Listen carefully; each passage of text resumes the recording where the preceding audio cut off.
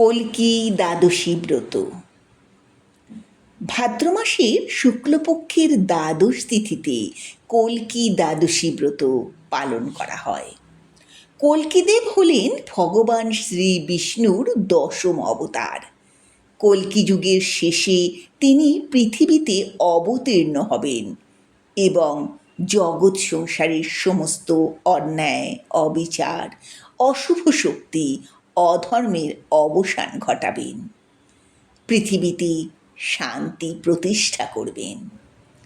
ভাদ্র মাসের শুক্লপক্ষের দ্বাদশী তিথি ভগবান শ্রী বিষ্ণুর শেষ অবতার কল্কিদেবকে উৎসর্গ করে তাঁর আরাধনা করা হয়। কল্পনা করা হয় কল্কিদেব তলোয়ার হাতে সাদা ঘোড়ায় চড়ে অবতীর্ণ হবেন। তাঁর হাত ধরেই কলিযুগের অবসান হয়ে সত্যযুগের প্রতিষ্ঠা হবে। ভক্তরা এই দিন কল্কিদেবের কাছে জীবনে করা পাপ কাজের জন্যে ক্ষমা প্রার্থনা করে এবং শান্তিপূর্ণ জীবনের জন্যে আশীর্বাদ চায়। পুরাণ অনুসারে কল্কিদেবের পিতার নাম বিষ্ণুয়াস এবং মাতার নাম হল সুমতি। তাঁর সাদা ঘোড়ার নাম দেবদত্ত। তাঁর জন্ম শাম্বালা গ্রামে। ভগবান শ্রী বিষ্ণুর ষষ্ঠ অবতার পরশুরাম হলেন তাঁর অস্ত্রগুরু।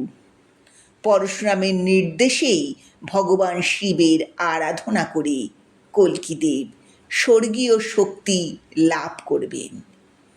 কল্কিদেবের দুই স্ত্রী পদ্মা ও রমা। তাঁর 4 সন্তান জয়, বিজয়, মেঘওয়াল ও বলাহক।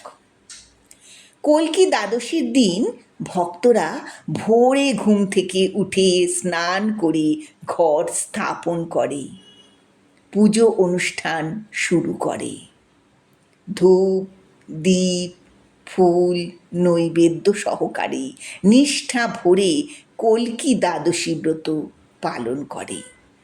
এই দিন বিষ্ণুর সহস্র নাম এবং ওম নমো ভগবতে বাসুদেবায় মন্ত্র জপ করা হয়।